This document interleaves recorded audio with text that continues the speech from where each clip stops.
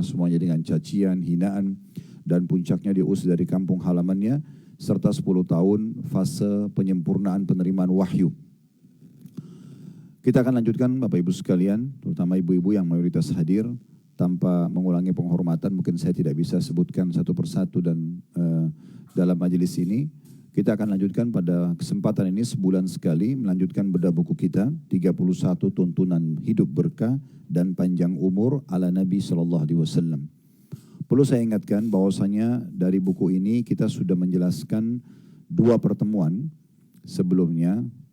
Pertemuan menjelaskan tentang masalah apa yang dimaksud dengan panjang umur. Apakah umur itu akan bertambah? Misalnya yang tadinya Allah takdirkan 70 tahun menjadi 75 tahun, atau ada makna yang lainnya. Dan sudah kita jelaskan perkataan Ibnu Taimiyah rahimahullah, kalau yang dimaksud adalah seseorang yang diberikan keberkahan dalam hidupnya, sehingga yang tertulis di Lauhul Mahfuz tidak berubah lagi angka dari umurnya, tapi akan ada keberkahan dari umur tersebut. Juga sudah kita jelaskan dari 31 tuntunan hidup berkah dan panjang umur ala Nabi SAW, poin pertamanya, poin pertama, dan itu berada di halaman 27 ya. Carilah pahala dari Allah dalam setiap amalan yang Anda lakukan. Maksudnya, saya simpulkan supaya mengingat kembali pertemuan kita yang terakhir yang lalu. Kalau kita sudah paham ada hal-hal yang Allah wajibkan seperti sholat 5 waktu, puasa Ramadan, zakat bagi yang mampu, haji bagi yang mampu. Ada juga yang sunnah. Yang sunnah ini mendampingi yang wajib. Seperti kalau untuk haji, umrah, kalau sholat wajib, sholat sunnah, kalau puasa Ramadan, puasa sunnah. Kemudian ditambah dengan zikir, baca Quran, silaturahim keluarga, dan seterusnya. Maka semua itu adalah sunnah. Namun ada yang kita titik beratkan pada pertemuan yang lalu, Bapak Ibu sekalian, semoga tidak dilupa. Ada hal-hal yang sifatnya mubah. Mubah ini maksudnya kita kerjakan tidak berpahala, dan juga kalau kita tinggalkan tidak berdosa. Contoh misalnya mandi, makan, minum, tidur. Ya. Ini semuanya rekreasi misalnya ke tempat yang tidak diharamkan. Ini hukumnya mubah. Artinya kita kerjakan ya, atau tidak, maka itu bebas saja. Kita boleh makan kapan saja, kita boleh minum kapan saja, yang penting konsepnya halal. Kita juga boleh istirahat di waktu-waktu yang kita butuhkan istirahat. Kita boleh mandi di saat kita merasa gerah misalnya, tanpa harus menentukan waktu tertentu misalnya. Tapi perbuatan mubah ini bisa Bapak Ibu ubah menjadi sumber pahala buat kita. Dengan cara cuma niatkan saya dalam hati, pada saat saya mau makan, saya mau minum, saya mau tidur, saya mau mandi, semua itu karena ingin memberikan hak jasad. Jadi kalau kita capek misalnya, bukan hanya sekedar menggeletakkan kepala kita di kasur atau di bantal, kemudian kita tidur hanya untuk menghilangkan capek saja. Itu mubah. Tapi kita bisa mengubah istirahat kita yang 5 jam, 6 jam tidur di malam hari, menjadi sumber pahala selama 5-6 jam itu. Dengan cara niat sebelum tidur memang memberikan hak jasad. Yang kata Nabi SAW kepada Abu Darda radhiyallahu anhu, sesungguhnya Tuhanmu punya hak, jasadmu punya hak, dan keluargamu juga punya hak. Maka berikanlah semua haknya. Nah dengan niat seperti ini, maka kita akan mengubah perbuatan yang mubah menjadi sunnah, menjadi sumber pahala. Jadi mandi kita bisa menjadi pahala, makan kita dan minum bisa menjadi pahala, tidur kita bisa menjadi pahala selama diniatkan untuk menjadi sumber pahala buat kita. Nah ini poin yang kurang lebih kita titik beratkan pada pertemuan yang lalu, dan ini poin pertama dari 31 poin tuntunan hidup berkah ala Nabi SAW. Kita akan lanjutkan pada kesempatan ini Bapak Ibu sekalian di halaman 29-nya dari 31 tuntunan tersebut. Yang kedua, masalah sambunglah silaturahim dengan kerabatmu. Sambunglah silaturahim dengan kerabatmu. Tolong Bapak Ibu, terutama ibu-ibu, perhatikan baik-baik. Di sini dikatakan sambunglah silaturahim dengan kerabatmu. Berarti istilah ar-rahim, silaturahim ini adalah orang yang punya hubungan kekerabatan dengan kita. Kalau sesama muslim, sesama muslimah, maka kita mengatakan menjalin ukhuwah atau persaudaraan dalam agama. Kalau istilah silaturahim itu lebih tepatnya kepada orang yang punya hubungan kekerabatan. Nah, untuk lebih jelasnya kita akan dengarkan statement ulama Ada satu tulisan tulis oleh Dr. Fadil Ilahi dalam salah satu statement beliau atau menulis tentang masalah silaturahim. Panjang lebar beliau jelaskan tentang definisi silaturahim, dalil-dalil syar'i dari Al-Quran dan juga sunnah Nabi SAW tentang silaturahim, kemudian apa saja sarana untuk silaturahim, serta tata cara silaturahim dengan para ahli maksiat. Maka itu ada satu buku khusus beliau tulis di situ. Tapi yang menarik adalah di pertamanya, karena beliau menjelaskan tentang makna silaturahim itu, supaya kita jangan menyalahgunakan istilah ini. Ya. Bukan teman sama teman ketemu tidak ada hubungan kerabat lalu dia bilang saya silaturahim, karena tidak ada hubungan kekerabatan. Beliau mengatakan, Al-Hafidh Ibn Hajar, seorang ulama mengatakan, Ar-Rahim secara umum adalah dimaksudkan untuk para kerabat dekat. Antara mereka terdapat garis nasab atau keturunan. Ya. Baik berhak mewarisi atau tidak, dan sebagai mahram atau tidak. Baik, saya jelaskan dulu poin ini, nanti kita akan masuk ke bahasannya. Saya masih di judulnya dulu. Bapak Ibu sekalian, kerabat kita itu dibagi. Ada kerabat yang mereka punya hubungan kekerabatan sekaligus hubungan mahram namanya. Mahram ini berarti kita tidak boleh menikah dengan mereka. Siapa mereka itu? Jalur langsung ke atas kita, seperti ibu dan ayah, kemudian kakek dan nenek, dan seterusnya ke atas, serta semua jalur ke samping mereka. Misalnya saudara dan saudari ibu dan ayah kita, saudara dan saudari kakek dan nenek kita. Ini semuanya orang-orang yang begitu kita lahir, mereka punya hak rahim dan mereka punya hak mahram, yang kita tidak boleh menikah sama mereka. Ya, jelas Bapak Ibu sekalian ya. Jadi jalur ke atas kita. Bapak, Ibu, semua ke samping mereka saudara dan saudarinya yang kita biasa kenal dengan paman, tante ya. Kemudian di atasnya lagi kakek, nenek dan semua jalur ke samping mereka. Saudara dan saudari, nenek dan kakek kita. Kemudian semua yang ada di sebelah kita. Saudara kita sendiri. Kalau tadi jalur ke atas, ini jalur ke samping. Saudara seayah seibu atau saudara seayah saja. Seperti contohnya kalau ada laki-laki menikah dengan dua orang wanita, masing-masing istrinya punya anak, baik istri itu bersama atau sudah meninggal atau sudah cerai. Intinya dari dua istri ini dia punya anak dua-duanya dari perempuan yang berbeda, maka namanya anak-anaknya saudara seayah. Atau saudara seibu. Misalnya seorang wanita, kita balik kasusnya, dia janda punya anak dari suami pertama, kemudian dia nikah lagi sama laki-laki lain, kemudian dapat anak dari suami yang sekarang. Maka anak mereka dikatakan saudara seibu, karena sama-sama rahim, tapi mereka bukan seayah. Nah, atau di sini bisa dikatakan juga saudara susuan, ya. Tetapi kita akan coba fokus dulu ke masalah orang di samping kita. Semua saudara seayah seibu yang biasa dikatakan sekandung, saudara seayah atau saudara seibu, ini semuanya jalur kita ke samping. Ini semuanya adalah punya hak rahim dan punya hak mahram. Mereka punya hak nanti rahim, kita akan jelaskan apa saja sih hak mereka sebagai kerabat kita. Dan mereka juga punya hak mahram, artinya kita tidak bisa menikah dengan mereka. Kemudian semua jalur ke bawah dari jalur samping kita tadi.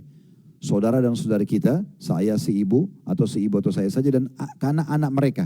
Yang biasa kita kenal di Indonesia dengan istilah ponakan. Nah, semua ponakan ini sama, punya hak rahim dan punya hak mahram. Mereka punya hak nanti untuk kita lanjutkan silaturahim dan lebih besar pahalanya, dan juga mereka tidak bisa menikah dengan kita. Nah, jadi tante sama ponakan, paman sama ponakan gak bisa menikah. Ya. Tapi ini perlu difahami ya, ini adalah jalur langsung. Jalur langsung, saudara kita langsung dan anak-anak mereka. Tidak masuk dalam istilah paman dan tante yang punya hubungan ya mahram ini kalau itu pasangan dari tante atau paman kita. Kan di Indonesia biasanya suami tante kita juga panggil om ya. Padahal sebenarnya itu bukan mahramnya ibu. Ya, bukan mahram ibu. Dia punya hubungan kekerabatan iya. Nanti kita jelaskan ada orang yang punya hubungan rahim tapi tidak punya hak mahram. Itu adalah pasangan dari tante kita, pasangan dari paman kita ya. Bagi ikhwah dan saudara laki-laki ya, atau siapapun muslim laki-laki, istri pamannya itu bukan mahramnya. Bukan mahram ya. Karena kalau cerai sama pamannya, terbuka pintu mereka boleh menikah, gitu kan? Nah ini perlu digarisbawahi.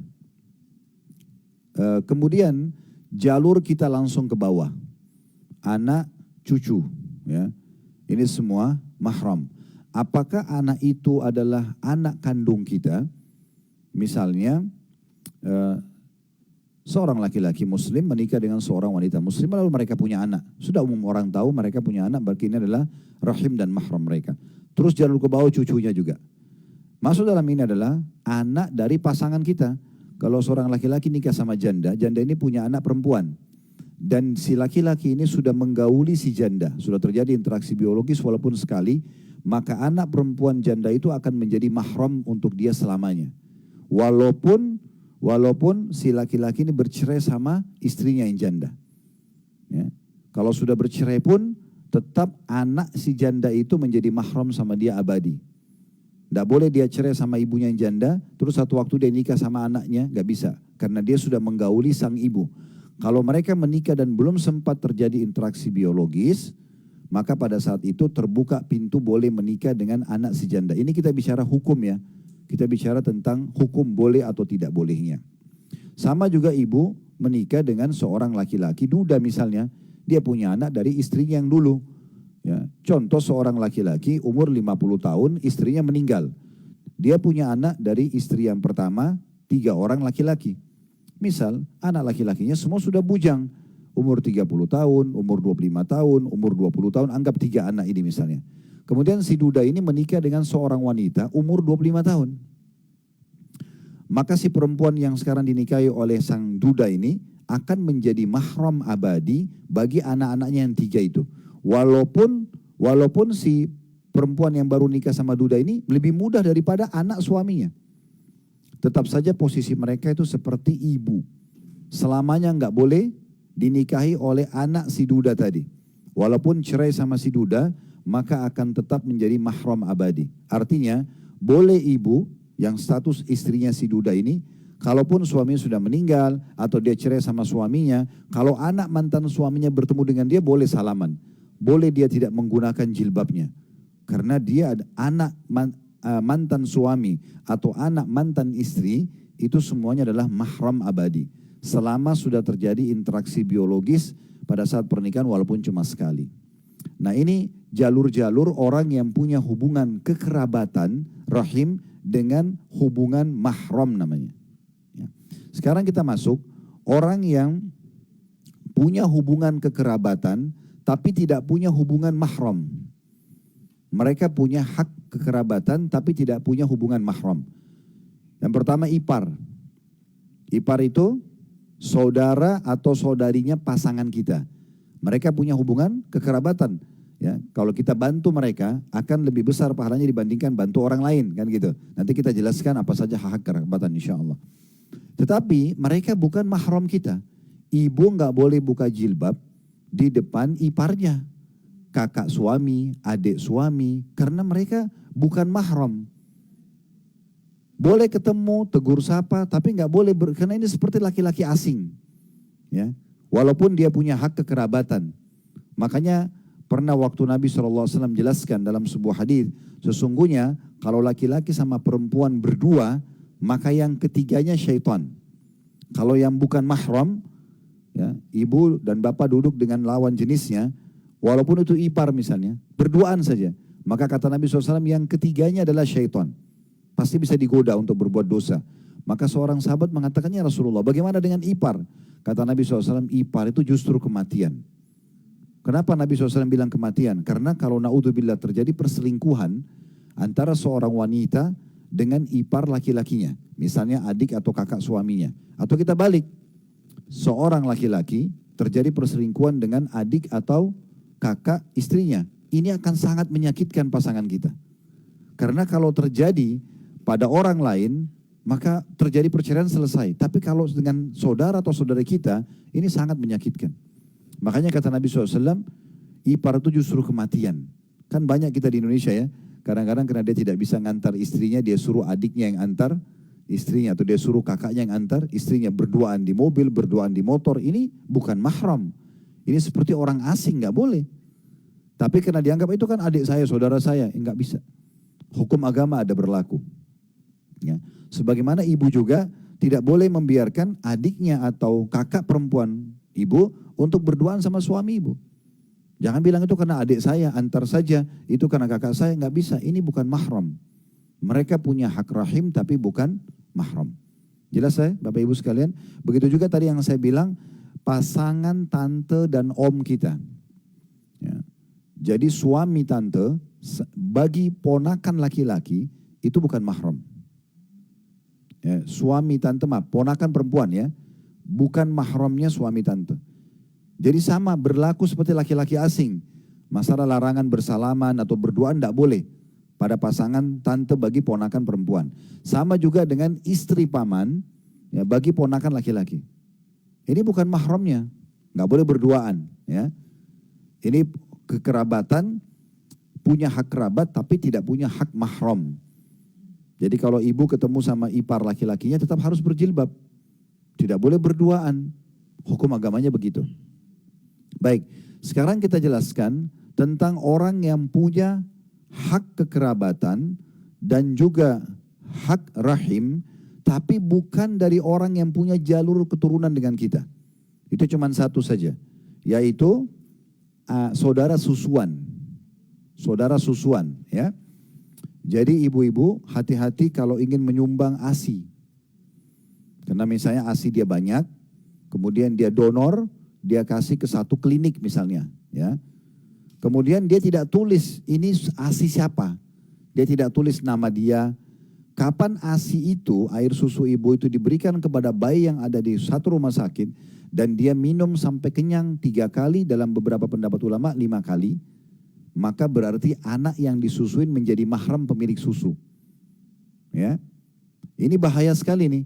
Karena kalau jadi mahramnya ibu sumbang susunya kepada anak tetangga atau kepada satu rumah sakit. Lalu bayi itu minum, itu 1 hari aja ya.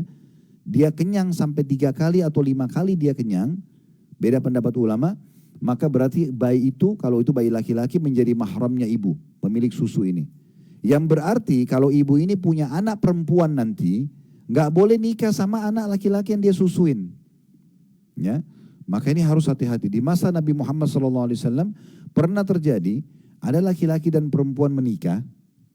Ini beda ya, beda keluarga, beda orang tua. Tapi di masa dulu itu orang-orang biasa memberikan anak bayinya kepada wanita-wanita Badui. Karena wanita Badui ini di padang pasir fisiknya kuat-kuat, asinya juga sehat gitu ya.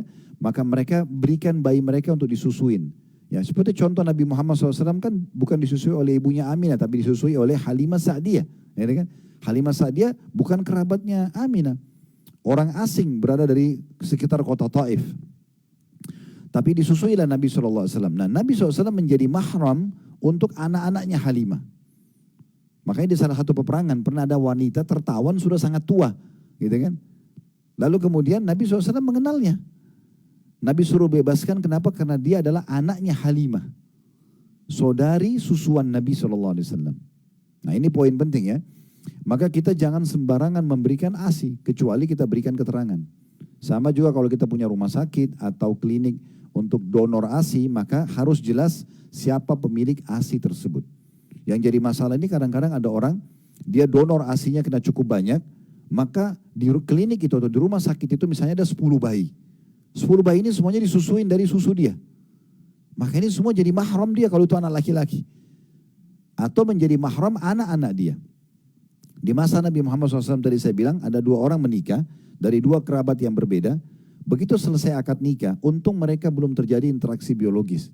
Datang seorang ibu tua kepada Nabi Muhammad SAW lalu mengatakan begini, ya Rasulullah, 2 orang ini yang baru Anda nikahkan, itu saya pernah susuin. Yang laki-laki saya pernah susuin, yang perempuan saya, ini anak susu saya semua dua-duanya nih. Maka Nabi SAW batalkan pernikahan mereka. Kata Nabi SAW, kalian mau bagaimana lagi melanjutkan pernikahan ini sementara sudah ada yang mengakui bahwasanya kalian adalah saudara susuan. Nah ini tidak boleh. Ya, jadi harus hati-hati dengan masalah-masalah seperti ini. Ya. Baik, ini pendapat yang paling kuat tentang penjelasan siapa itu ya ar-rahim atau kerabat.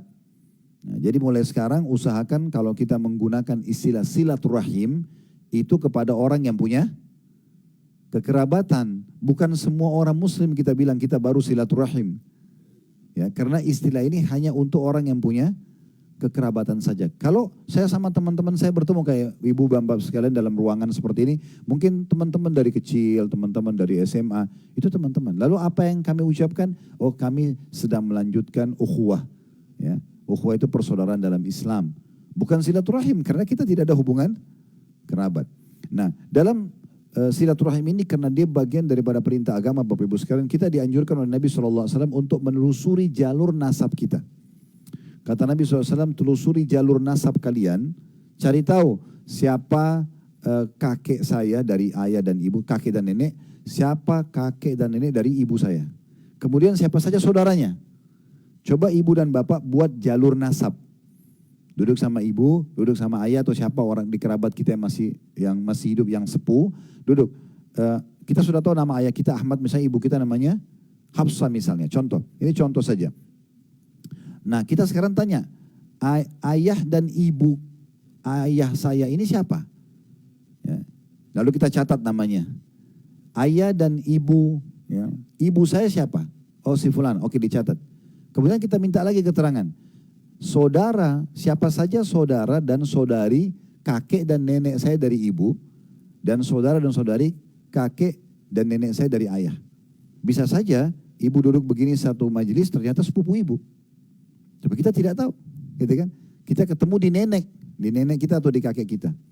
Nah, ini namanya rahim. Kita harus tahu mereka punya hak rahim, ya. Nah, kunci daripada kenapa kita harus tahu semua ini Bapak Ibu sekalian, karena mereka punya hukum-hukum tertentu.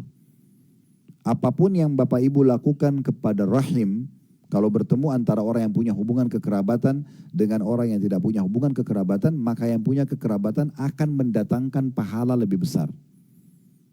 Makanya pernah dalam sebuah riwayat yang sahih ada satu sahabat, dia membawa satu kantong isinya uang dirham, dia mau sedekah. Dia mengatakan, ya Rasulullah, saya punya uang ini, saya ingin sedekahkan. Target saya 2 orang. Yang satu punya hubungan rahim dengan saya, punya hubungan kekerabatan. Yang satu nggak ada, tapi dua-duanya butuh. Kira-kira siapa yang saya dahulukan? Kata Nabi SAW, kalau kau berikan yang punya hubungan rahim denganmu, maka kau akan dapat 2 pahala. Pahala sedekahnya dan pahala silaturahimnya. Nah, jadi kalau ketemu antara kerabat kita dengan orang umum, kita dahulukan kerabat kita, gitu kan?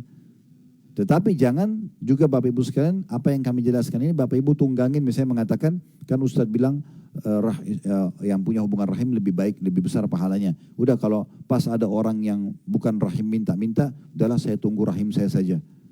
Itu nggak benar juga, karena bisa saja rahim kita lagi tidak butuh bantuan. Siapa yang sedang butuh itu kita bantu. Tapi kalau bertemu di waktu yang sama, si A punya hubungan kekerabatan, si B tidak punya hubungan, lalu kita bantu, si A itu lebih besar pahalanya. Ini poin penting. Nah, juga ada tadi yang luput dari saya, ada juga orang yang Bapak Ibu sekalian punya hubungan kekerabatan dan punya hubungan mahram, tapi mahramnya sementara. Kalau tadi kan ada mahram tapi abadi ya, jalur kita ke atas dan semua ke samping kakek nenek, orang tua kita juga ayah dan ibu dan semua ke sampingnya, semua ke samping kita saudara dan saudari, semua jalur ke bawah saudara dan saudari kita atau ponakan, semua jalur ke bawah kita anak cucu dan seterusnya. Tapi ada orang ini mahram abadi ya, selamanya mereka tidak bisa kita menikah dengan mereka. Tapi ada orang yang punya hubungan mahram dan rahim, tapi ini hanya sementara. Selama masih ada jalinan pernikahan, itulah suami istri. Itulah suami istri. Jadi kalau masih status istri atau masih status suami, maka mereka punya hak rahim dan punya hak mahram. Kapan mereka bercerai dan sudah lewat masa iddah 3 kali masa suci si wanita ini, maka terputus rahimnya, terputus mahramnya. Ya, jadi kalau sudah lewat 3 bulan dari masa suci, ibu nggak bisa lagi ketemu sama mantan suaminya berdua-duaan. Nggak bisa bilang, oh itu kan mantan suami saya, nggak bisa. Karena sudah menjadi laki-laki umum. Kecuali ibu berkumpul sama dia di masa iddah. Dari dia ucapkan kalimat cerai sampai 3 kali masa suci ke depan. Nah ini namanya masa iddah. Masa iddah adalah masa penantian untuk memperbaiki keadaan atau mengecek rahim apakah ada bibit manusia atau sperma yang tertumpah atau tidak. Nah, itu 3 kali masa suci. Nah di masa suci ini kalau bapak ibu ingin kembali rujuk istilahnya ya dalam agama kita maka tidak butuh akad nikah. Karena di masa iddah ya. Jadi kalau misalnya bertengkar nih ribut, udah kita cerai. Suaminya mengucapkan saya ceraikan kamu. Misal contoh, dalam kondisi dia tenang dia ucapkan. Maka dari ucapan itu 3 bulan ke depan, 3 kali masa cuci ke depan ini namanya masa iddah. Kalau misalnya mereka 1 bulan kemudian mereka saling introspeksi diri, mereka muhasabah, terus kemudian mereka ingin kembali lagi. Udah tinggal kumpul saling memaafkan selesai. Karena mereka masih dianggap suami istri sampai masa iddah selesai. Bahkan wanita yang diceraikan oleh suaminya, kalau suami meninggal di masa iddah, wanita itu masih berhak mendapatkan warisan. Sampai selesai masa iddahnya. Nah ini juga poin yang perlu digarisbawahi ya. Tapi kalau sudah lewat masa iddah 3 kali masa suci, maka menjadi laki-laki atau perempuan asing. Kalau mereka mau kembali lagi harus akad nikah baru. Ya, seperti orang menikah baru. Nah ini poin berhubungan dengan masalah makna rahim. Nah, ini cukup panjang saya jelaskan supaya jelas ya apa yang akan kita bahas. Baik, kita kembali sekarang ke penjelasan yang disampaikan oleh penulis ini. Setelah beliau mengatakan poin nomor 2 dari 31 ya, tuntunan hidup ala berkah atau tuntunan hidup berkah ala Nabi SAW. Yang kedua adalah sambunglah silaturahim dengan kerabatmu. Jadi ada makna itu ya dengan kerabatmu, garis bawah ini. Sudah kita jelaskan ya, tidak semua orang punya hubungan kekerabatan sama kita. Di antara amalan-amalan kata beliau yang memanjangkan umur dan menambah kebajikan, maksudnya tambahan balasan pahala di sisi Allah, ialah silaturahim atau dalam kurung menyambung kerabat. Dari Abdullah bin Mas'ud radhiyallahu anhu, ini yang diangkat oleh penulis dalilnya, bahwa Rasulullah SAW bersabda, silaturahimi tazidu fil umur.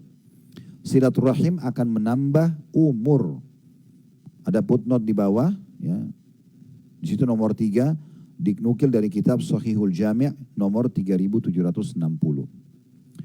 Hadits ini memberikan gambaran kepada kita bahwasanya orang yang suka silaturahim, menyambung hubungan kekerabatan, maka dia akan dipanjangkan umurnya. Ini sudah saya titik beratkan pada pertemuan kita yang perdana tentang apa sih yang dimaksud dengan panjang umur, apakah berubah di takdir Lauhil Mahfud. Kalau seseorang sudah dicatat umurnya 70 tahun misalnya akan bertambah jadi 75, maka pendapat yang paling kuat bukan seperti itu. Jadi kalau ada si A sama si B, Bapak Ibu sekalian, si A suka silaturahim, umurnya 70 tahun. Si B umurnya 70 tahun tapi tidak suka silaturahim. Kita akan temukan si A akan lebih banyak berkah hidupnya. Maksudnya banyak masjid yang sudah dia bangun, banyak pesantren dia bantu, banyak amal-amal soleh yang dia kerjakan, yang si B tidak punya kesempatan untuk mengerjakan. Itu namanya keberkahan. Ya, ini yang dimaksud. Jadi panjang umur ini adalah panjang dari sisi keberkahannya. Itu yang dimaksud ya. Baik, di dalam hadis yang kedua yang diangkat oleh penulis, Nabi SAW bersabda, man sarrahu an yubsata lahu fi rizqi wa an yunsa lahu fi athari falyasir rahimah. Barang siapa yang ingin diluaskan rezekinya dan dipanjangkan umurnya, maka hendaklah ia menyambung kerabatnya. Menyambung kerabatnya. Ya, hadis ini riwayat Bukhari, ada footnote nomor 4. Tadi ada yang luput dari saya Bapak Ibu sekalian. Termasuk sedekah yang paling afdal adalah kalau tadi saya katakan kita berikan kepada rahim dan mahram kita. Ya. Kemudian datang setelahnya rahim tapi bukan mahram. Ya. Jadi yang punya hubungan dua ini, hak kekerabatan dan hak mahram, itu paling afdal. Tadi jalur ke atas, samping, kiri, kanan semuanya, ya, kakek, ayah, kakek, nenek, dan jalur ke samping mereka, saudara dan saudari kita kiri kanan, ponakan kita dan jalur kita ke bawah. Ya. Kemudian ada juga orang yang selanjutnya punya hubungan rahim tapi bukan mahram. Tadi ingat ipar, ya. Pasangan paman dan tante, mereka punya hubungan kerabatan tapi mereka bukan mahram. Ini yang datang setelahnya. Namun ada juga yang perlu digarisbawahi berhubungan dengan masalah poin yang pertama tadi, yaitu ada orang yang lebih besar pahala yang bisa dapatkan termasuk suami istri ya. Walaupun suami istri statusnya adalah rahim dan mahram sementara selama akad nikah masih berlanjut. Kalau mereka tidak cerai, maka hubungan kekerabatan dan mahram ini berlanjut sampai mereka meninggal, bahkan berlanjut sampai ke surga bersama insya Allah. Tapi kalau mereka berpisah, lewat masa iddah tadi 3 kali masa suci, maka stop rahimnya, stop juga ya mahramnya. Tapi ini tidak berlaku pada anak-anak Bapak Ibu sekalian ya. Karena saya lihat ada orang, karena egois, dia ribut sama pasangannya, bercerailah. Lalu hak asuh anak jatuh pada salah satu. Misal laki-laki dan perempuan bercerai, lalu si perempuan diberikan hak asuh. Kemudian karena dia jengkel sama mantan suaminya, dia larang anak-anaknya ketemu sama ayahnya. Ini nggak boleh. Di sini ibu bisa dapat dosa besar, karena memutus silaturahim antara sang anak dengan ayahnya. Seburuk apapun ayahnya. Tidak boleh kita suruh memutusnya. Ya. Kalau kita merasa ada efek-efek negatif, misalnya ayahnya naudzubillah pemabuk kah, penjahat kah, kita takut berefek pada anak-anak, ini beda. Ini ada bab bahasan para ulama. Tapi tetap harus dijelaskan kepada anak-anak, itu ayah kamu. Dan masalah ibu pribadi jangan dibawa-bawa ke anak-anak. Jangan diceritakan pada anak-anak itu ayahmu dulu begini loh, buruk ini dan segala macam. Karena bagi anak, ayahnya adalah seorang pahlawan. Seburuk apapun sang ayah, bagi dia adalah itu pahlawan. Tidak boleh kita rusak. Ya, ini penting. Begitu juga sebaliknya, kalau sang laki-laki yang mendapatkan hak asuh anak, dia nggak boleh melarang sang anak untuk ketemu sama ibunya, yang merupakan mantan istri dia. Dan tidak boleh dia menukil kepada ke anak-anaknya tentang keburukan mantan istrinya.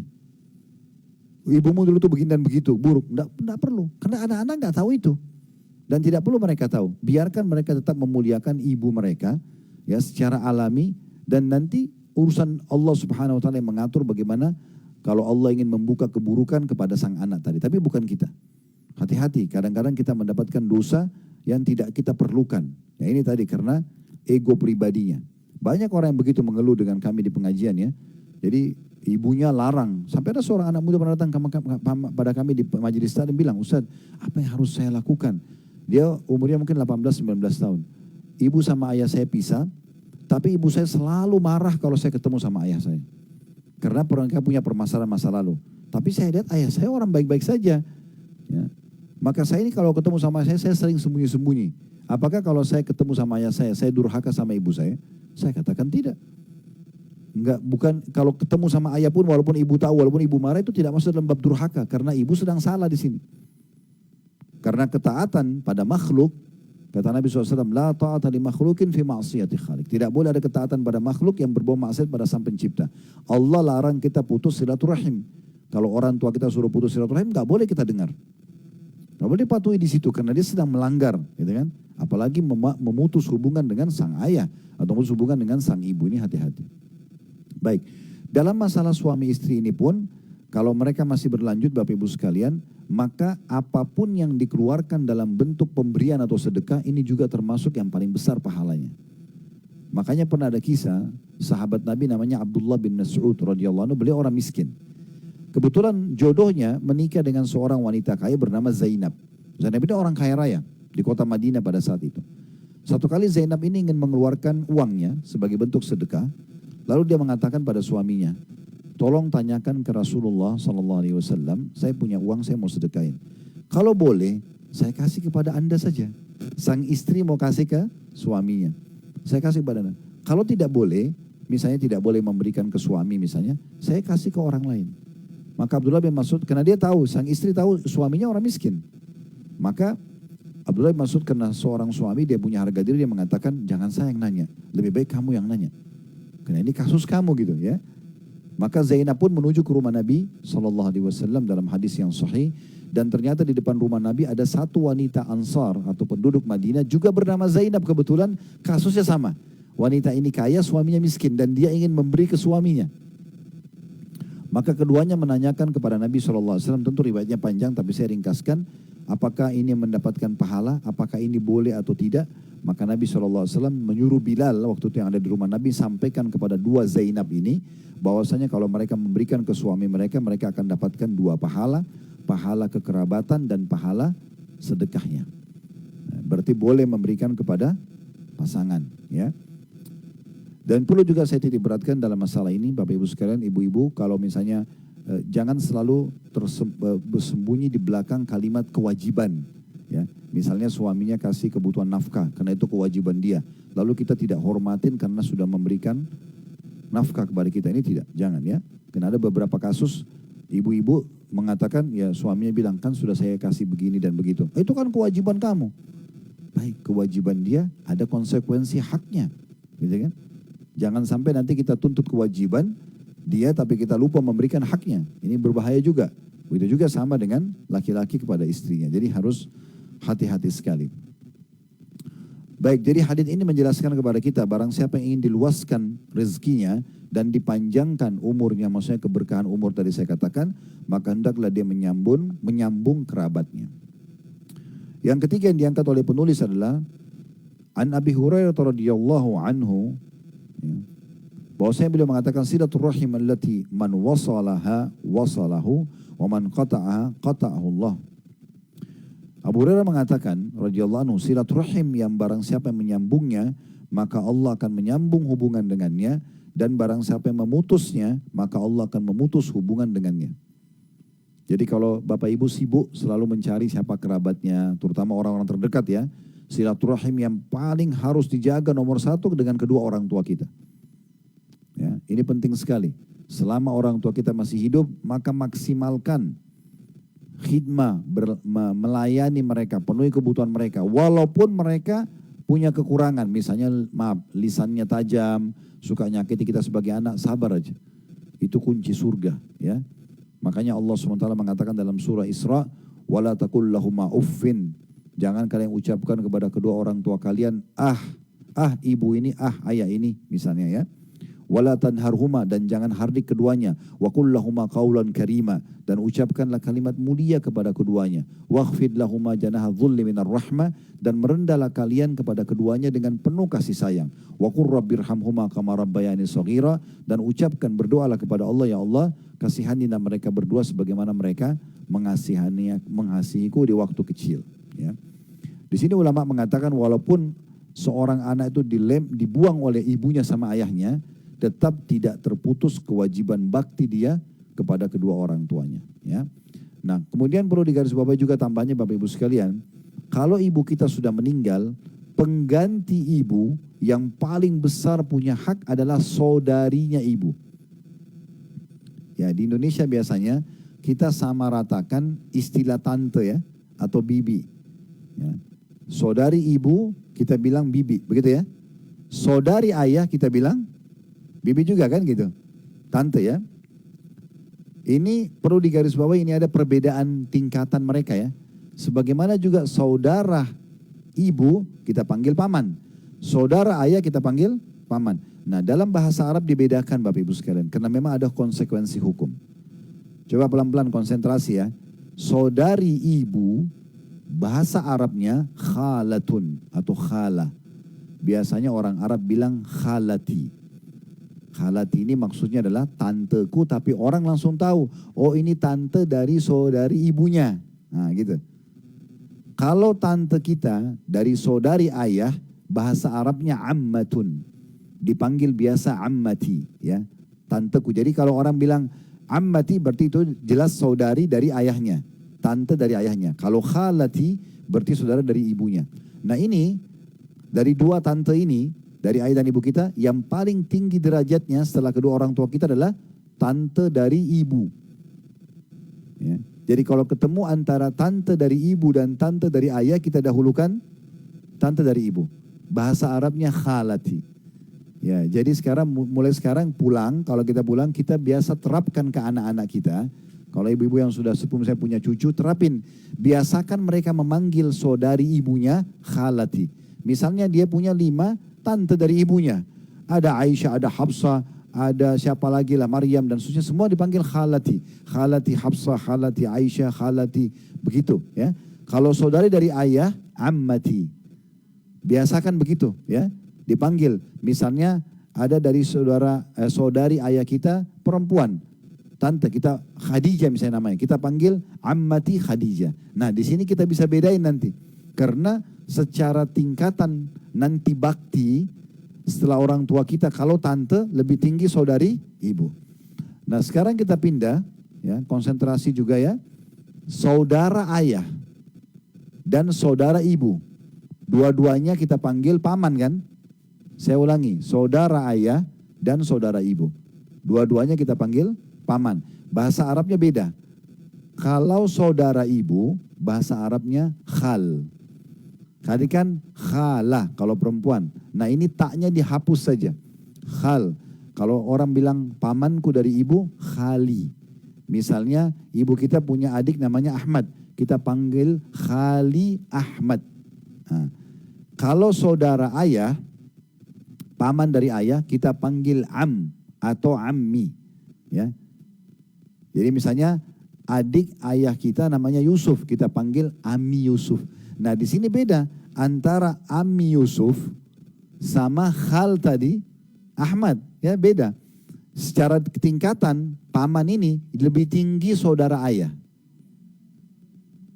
Ya, makanya penting kita biasakan panggil saudara ayah Ammi, Ammi, Ammi panggil, ya seperti itu. Nah ini perlu digarisbawahi karena ada hubungan tingkatan-tingkatan level orang-orang yang kita silaturahim dengan mereka. Ya. Sama juga saudara kita. Saudara kita, saudara seayah seibu, saudara seibu dan saudara seayah ini satu level. Saya ulangi ya. Saudara seibu seayah dengan saudara seibu atau saudara seayah satu level. Ya. Biasanya orang menyebutkan saudara tiri. Kalau misalnya ibunya nih janda tadi punya anak dari suami pertama, cerai atau meninggal suaminya, dia nikah sama suami yang kedua. Kemudian dapat anak lagi. Biasa anaknya ini walaupun satu ibu dipanggil saudara tiri. Ada yang membahasakan itu ya. Saya biasanya teman ini saudara tiri. Kenapa? Karena beda ayah. Padahal sebenarnya ini saudara seibu. Ini levelnya sama dengan saudara seayah seibu. Sama levelnya. Begitu juga tadi saya kasih contoh, laki-laki punya anak dari istri pertama, apakah dia poligami atau misalnya dia sudah cerai atau istrinya meninggal, terus dia menikah lagi sama perempuan kedua punya anak lagi. Ini anak istri pertama sama anak istri kedua namanya saudara seayah. Ini selevel dengan seayah seibu. Tidak boleh dipisahin, ya. Mereka punya kedudukan sama. Nah ini punya kedudukan yang juga harus kita jaga. Nah tinggal sekarang, kalau saudara dan saudari kita, yang mana kita dahulukan? Misalnya kita punya kakak laki-laki dan kita punya adik perempuan. Dua-duanya minta bantuan. Kita hanya bisa bantu salah satunya. Mana yang lebih besar pahalanya? Saudari. Ya, saudari kita. Kenapa? Karena memang perempuan lebih didahulukan dalam bantuan daripada laki-laki. Karena laki-laki memang punya tugas untuk mencari nafkah, perempuan tidak. Bahkan kalau ada seorang wanita meninggal semua kerabatnya tinggal kakak dia saja atau adik dia laki-laki, ini punya kewajiban memberikan nafkah saudarinya. Dan tidak berlaku pada sebaliknya. Kalau saudari ini misalnya punya kemampuan, dia punya saudara tidak mampu. Dia boleh membantu tapi bukan kewajiban bagi dia. Karena laki-laki harusnya bekerja mencari nafkah. Nah ini level-levelnya ya. Level-level yang harus kita ketahui. Baik, selanjutnya dari hadis ini juga di halaman 30 tadi, Abu Hurairah menjelaskan kepada kita, siapa yang melanjut hubungan kekerabatan, maka Allah akan lanjut hubungan dengannya, siapa yang putus, Allah juga putus dengannya. Nah dari poin ini, saya izinkan saya menjelaskan tentang bagaimana atau tata cara apa saja yang kita gunakan untuk silaturahim. Nah yang biasa orang fahami, silaturahim itu adalah mendatangi rumah kan? Oke, itu satu, betul. Tapi apakah ada cara lain? Ada. Ada. Apa saja yang ibu dan bapak lakukan yang bisa memberikan manfaat kepada kerabat kita, walaupun tidak ketemu, namanya silaturahim. Kayak kita misalnya kirimkan makanan ke rumahnya, kita bantu sekolah anaknya, kita berbagi pakaian, kita undang dia datang ke rumah kita datang ke rumahnya, semua ini masuk dalam silaturahim, ya. Jadi apapun, walaupun kita tidak ketemu. Misalnya Bapak Ibu punya keluarga di Amerika, kita nggak bisa ketemu, jaraknya jauh. Tapi kita sering telepon-teleponan, wa-waan, itu silaturahim namanya. Sama. Ya. Makin bagus Bapak Ibu kemas silaturahim itu, maka makin besar pahalanya. Perlu digarisbawahi, ibadah itu bisa dikemas. Yang penting ibadah itu punya perintah. Contoh misalnya, Ini supaya jelas dan ini pernah saya jelaskan pada pertemuan lalu, saya ingatkan lagi. Kalau ada dua orang Bapak Ibu sekalian, dua-duanya ini akan mengerjakan sholat malam. Si A sama si B misalnya. Ini supaya mudah difahami. Si A ini, dia niat mau sholat malam, dan pada saat dia bangun ya sudah, dia bangun saja dengan baju dia apa adanya, ya misalnya ibu-ibu misalnya pakai mukena yang mungkin sudah seminggu belum dicuci misalnya, ya udah dipakai aja sama dia. Contoh, ini contoh saja. Atau mukena yang sudah tua sekali, bagi dia ya sudah tidak ada orang lihat juga, saya sholat aja begitu. Misal contoh, dia baca surah yang kebetulan terlintas di benaknya, ya Al-Ikhlas, ya Al-Kafirun, ya sudahlah. Misal contoh, ini si A, si B enggak, dia mengemas. Dia sudah siapkan mukena yang sudah dicuci, atau kalau perlu mukena baru. Dia memang pada saat bangun, misal contoh dia kemas dengan, supaya saya lebih segar sholat, saya mau mandi. Misal, dia mandi niatnya supaya segar sholat malamnya. Ini kan kemasannya nih. Mungkin sejadah dibubuhi, parfum, wangi-wangian ya. Mungkin dia juga sudah siapkan surah yang dia mau baca. Ya, karena dalam sholat sunnah kita bisa pegang mushaf ya. Atau kalau sekarang ada aplikasi Al-Quran di handphone, sambil sholat sunnah bisa sambil pegang. Ya, supaya jangan sholat malamnya inna ataina wal asri terus kan gitu. Jadi boleh kita mulai dari Al-Baqarah ya. Misalnya Bapak Ibu sholat malam nih, nanti malam sudah saya mulai dari Al-Baqarah aja deh. Misalnya 1 rakaat 1 ayat misal contoh. Ya udah 10 ayat 1 malam. Besok lanjut lagi ayat 11 sampai ayat 20 kan gitu. Begitu seterusnya sampai mengkhatam ya. Itu boleh saja. Di sholat-sholat sunnah terutama itu tidak ada masalah. Makanya sebagian masjid kita, lihat kalau Ramadan mereka taruh Quran besar di depan imam. Pernah lihat? Ya, supaya imamnya kalau lagi sholat dia bisa lihat. Ya, supaya dia mengkhatam Al-Quran. Siapa tahu dia lupa. Ya, nah itu termasuk dibolehkan. Nah, kalau si B mengemas seperti ini, dia kemas bajunya khusus untuk sholat malam, dia mandi dulu, dia pilih surahnya, ini lebih besar pahalanya. Nah ini sama kita tarik ke silaturahim. Beda sekali pahalanya antara si A yang kebetulan mau ketemu ibu sama ayahnya, dia beli saja buah di pinggir jalan, di pasar kaki 5, dengan orang yang masuk ke toko buah terbaik, dia kemas dengan rapi, kemudian dikasih ke orang tuanya. Ini kan ada kemasannya nih, ini ada ekstra pahala. Coba renungi Bapak Ibu sekalian, coba renungi contoh ini. Kalau seandainya Bapak Ibu di saat ini diundang oleh presiden misalnya. Presiden titip pesan, tolong bawain saya buah. Kira-kira Bapak Ibu beli di mana? Hah? Ya enggak usah disebut nama mereknya. Tapi gini, maksudnya di supermarket kah atau di pasar kaki 5? Kenapa?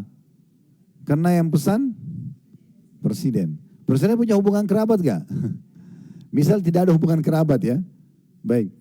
Jadi kita kemas. Kalau ibu masuk dan bapak ke supermarket itu untuk beli buah, kira-kira kita akan pilih yang terbaik atau enggak? Misalnya ada anggur 1 kilo 200.000, ada 100.000. Yang mana kita ambil? Pasti yang terbaik ya. Nggak cukup situ. Kita akan beli keranjang, kita akan kemas ya gitu ya. Karena yang pesan adalah presiden. Harusnya orang tua kita lebih kita muliakan dari presiden. Kenapa kalau orang tua kita pesan beli pakai kresek, bahkan bau ikan pun nggak masalah. Karena dia tidak tahu dalam kemasan itu ada pahala. Ya. Jadi makin bagus kita kasih maka makin baik. Ibu dan bapak mau kasih makanan tetangga, beda pahalanya dengan kemasan aja. Kita sengaja taruh di piring yang bersih, kita sengaja tata, kita pilih yang terbaik lalu kita kasih orang. Beda dengan orang yang sembarangan saja memberikan, itu beda. Beda pahalanya orang yang sengaja menyisipkan di dompetnya uang 100.000 yang baru, masih gres, masih bagus, dikasih ke orang miskin dengan orang yang kebetulan korek kantongnya keluar uang, mau kusut, mau kotor, yang penting dikasih, beda, kemasan ini ada. Nah kemasan dalam ibadah ini ada nilai pahala sendiri di sisi Allah SWT. Jadi harus kita meraih pahala lebih ekstra ya dengan masalah ini. Begitu juga dengan orang tua ya. Dan dalam memberikan sedekah Bapak Ibu sekalian tidak harus sedekah itu kepada orang miskin. Contoh kita punya orang tua orang mampu. Boleh nggak saya belikan lagi baju, saya belikan mobil, saya belikan rumah. Bisa. Itu sedekah afdal kepada orang tua kita. Kan gitu. Jadi nggak masalah. Jadi boleh sedekah itu kepada orang miskin, boleh kepada orang yang mampu. Apalagi kalau punya hubungan kekerabatan. Baik kita pindah ke halaman 31-nya. Penulis kemudian mengatakan, saudaraku, hati-hatilah dari memutuskan kerabat. Jangan sampai tidak bersilaturahim. Karena ini adalah sebab laknat Allah. Laknat itu maksudnya diangkat berkah hidupnya Bapak Ibu sekalian. Dan datangnya siksanya. N-nya besar kata ganti Allah. Sebagaimana Allah Azza wa Jalla, Allah yang maha mulia dan maha tinggi berfirman. Dalam surah Muhammad, surah nomor 47 ayat 22 sampai 23. Itu ada di halaman 31 ya. Bunyinya ayatnya, fahal asaitum in tawallaitum an tufsidu fil ardi wa tuqatti'u arhamakum ulaika alladziina la'anahumullahu fa asamma wa a'ma absarahum. Maka apakah kiranya jika kamu berkuasa, maksudnya kamu sudah dikasih rumah, dikasih pekerjaan, dikasih pendapatan, ya, akan membuat kerusakan di muka bumi, mulai buat dosa kepada Allah, setelah Allah kasih kesehatan, Allah kasih harta, Allah kasih apa, lalu buat dosa kepada Allah. Dan juga memutus hubungan silaturahim atau kekeluargaan, malah tidak mau lihat orang tuanya, malah tidak mau lihat saudaranya, malah tidak mau bantu pamannya dan seterusnya. Ya, mereka itulah orang-orang yang dilaknati oleh Allah. Laknat artinya diangkat berkah hidupnya. Ya, jadi biar ibu di rumah mewah, makanannya bagus, itu kita nggak tenang. Itu namanya laknat. Ya, makanya Nabi SAW mengingatkan, istri pun kalau lagi ngambek sama suaminya, jangan tinggalkan ranjang suaminya. Karena kata Nabi SAW, siapa wanita meninggalkan ranjang suaminya maka akan dilaknat. Artinya biar dia pindah ke kamar anak sebelah, kamarnya mewah tidak bisa tidur. Karena ada laknat, diangkat keberkahannya. Orang kalau dapat berkah itu Bapak Ibu sekalian, biar makan sedikit, biar tidur mungkin di sofa, mungkin di lantai, nyenyak aja, enak aja dia. Karena ada keberkahan, itu makna keberkahan gitu ya. Kata Allah, mereka itulah orang-orang yang dilaknati oleh Allah dan ditulikan telinganya. Atau telinga mereka dan dibutakan penglihatan mereka. Maksudnya di sini tuli bukan tidak bisa dengar, tapi dia jadi tidak mendapatkan hidayah, petunjuk melalui telinganya, ya. Dan juga matanya tidak bisa melihat peluang untuk meraih pahala dari kekerabatannya itu. Nah, ini makna daripada ayat ini. Jadi ada ancaman orang-orang yang memutus silaturahim, ya. Hati-hati juga ya, banyak kita sebagai posisi anak, kadang-kadang kalau orang tuanya telepon, ya, buru-buru. Sudah ibu ya saya sibuk, sudah ayah saya sibuk. Tapi kalau teman gosipnya yang telepon, wow biar 1 jam nggak apa-apa, bahkan ditunggu teleponnya. Ini hati-hati nih, ini bisa masuk dalam memutus silaturahim. Orang tua lagi telepon, dibiarkan, tidak dijawab. Ya, para ulama di Saudi, itu yang kami ketahui, mereka lagi isi pengajian begini, kemudian ayahnya atau ibunya telepon, langsung diberhentikan pengajian, lalu kemudian mereka menjawab. Ada di antara mereka ibunya pernah telepon, dia matikan mikrofonnya, kemudian dia bilang sama jemaahnya, maaf ibu saya lagi telepon. Dijawab sama dia. Setelah assalamualaikum, dia nggak bilang sama ibunya, ibu saya lagi pengajian, nanti saya telepon balik nggak? Dibiarin ibunya cerita apa? Ibunya cuma bilang, nak ibu lagi kangen nak. Baik, saya datang ibu. Dia tutup teleponnya, kemudian dia bilang sama jemaah, maaf ibu saya lagi butuh sama saya, pengajian kita berhentikan dulu, assalamualaikum. Berdiri langsung keluar. Urus ibunya, ditinggalkan jemaahnya yang banyak. Itu juga ada seseorang di antara mereka yang ayahnya telepon, ya, dari Jeddah dia tinggal, itu ayahnya tinggal di Qasim, jauh sekali. Mungkin kayak kita dari Jakarta ke Surabaya. Ayahnya cuma bilang begini, nak ayah butuh 5 ekor domba ya untuk makan sama teman-temannya ayah. Begitu aja pesannya. Kata anaknya lagi pengajian, dimatikan mikrofonnya, jemaahnya dengar. Kemudian dia mengatakan, baik ayah, ada yang lain? Gak ada. Baik, saya siapkan insya Allah. Apa yang terjadi? Dia tutup telepon ayahnya, lalu kemudian dia nyalakan mikrofon, dia pamit sama jemaah. Maaf ayah, saya lagi butuh sama saya harus berhentikan pengajian, dia baca kafaratul majlis, lalu dia pergi. Apa yang terjadi Bapak Ibu sekalian? Kira-kira kalau kita di posisi laki-laki ini, seorang alim ini, ayah kita lagi di Surabaya, dia mau undang orang untuk menyembelih 5 ekor domba. Mungkin yang paling bagus kita lakukan, kita transferkan uang. Ya gak? Yaudah, ini ayah silakan ayah pilih kambing yang ayah mau, misal. Ya. Atau mungkin kita mengatakan, baik ayah, nanti saya pesankan dari restoran yang terbaik di Surabaya saya kirim. Nah, mungkin itu sudah the best ya bagi kita ya. Tapi apa yang terjadi pada alim ini tidak. Karena ayahnya tidak bilang, nak transferkan uang buat saya, tidak. Dia sewa mobil pick up, dia ke pasar hewan, ternak, dia beli 5 ekor domba, dia setir sendiri mobilnya, dia bawa ke sana. Untuk meraih pahala bakti sama orang tua dan silaturahmi, dia setir sendiri, dia bawa ke sana, kemudian dia salaman sama ayahnya dan mengatakan, ayah ini pesanan Anda, kemudian dia baru pamit pulang. Begitu luar biasa mereka ingin mengejar pahala. Apalagi kalau hanya sekedar ibu sama ayah kita telepon. Berapa banyak orang yang subhanallah mudik pas lebaran. Yang diingat teman-temannya. Ibunya sudah siapkan makanan kesukaannya. Ya ibu sebentar ketemu dulu sama si fulan tinggalkan ibu. Nanti malam baru pulang, ibunya sudah nunggu. Ayahnya juga rindu sama dia. Kenapa ini? Duduk sama kedua orang tua kita itu pintu surga. Ya. Sampai sebagian salaf mengatakan siapa atau ulama-ulama terdahulu mereka mengatakan siapa yang masih hidup kedua orang tuanya, kedua pintu gerbang surga depan matanya. Dan siapa yang meninggal satunya tertutup satu pintu surga, kalau meninggal dunia sudah tertutup pintu surga tersebut. Kenapa? Karena hanya santun sama mereka, penuhi kebutuhannya, sabar kalau mereka mungkin cerewet atau punya masalah, maka kita sudah dapat surga. Nah itu poin yang harus kita garis bawahi. Selanjutnya diangkat oleh penulis juga dalil surah Ar-Ra'd, ya, surah nomor 13 ini ya, ayat 25. Yang bunyinya, وَالَّذِينَ يَنْقُضُونَ أَهْدَ اللَّهِ مِنْ بَعْدِ مِيثَاقِهِ وَيَقْطَعُونَ مَا أَمَرَ اللَّهُ بِأَنْ يُوصَلَ وَيَقْطَعُونَ مَا أَمَرَ اللَّهُ بِأَنْ يُوصَلَ وَيُفْسِدُونَ فِي الْأَرْضِ أُولَئِكَ لَهُمُ اللَّعْنَةُ وَلَهُمْ سُوءُ الدَّارِ. Orang-orang yang merusak janji Allah setelah diikrarkan dengan teguh dan memutuskan apa-apa yang Allah perintahkan supaya dihubungkan, maksudnya memutus silaturahim, dan mengadakan kerusakan di muka bumi dengan berbuat dosa dan menyebarluaskan dosa itu, naudzubillah.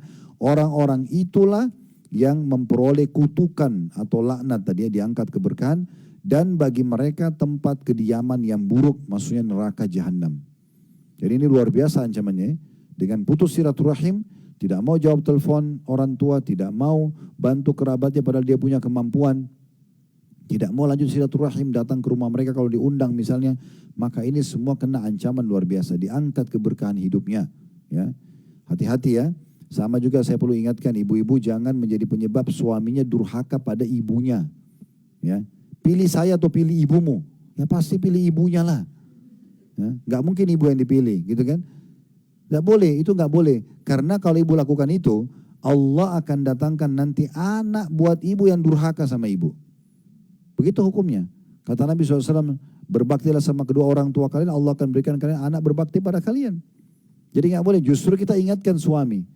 Ini sudah lama kita nggak ke ibu, ayo sekarang kita ke ibu loh. Kita ajak misalnya, seperti itu.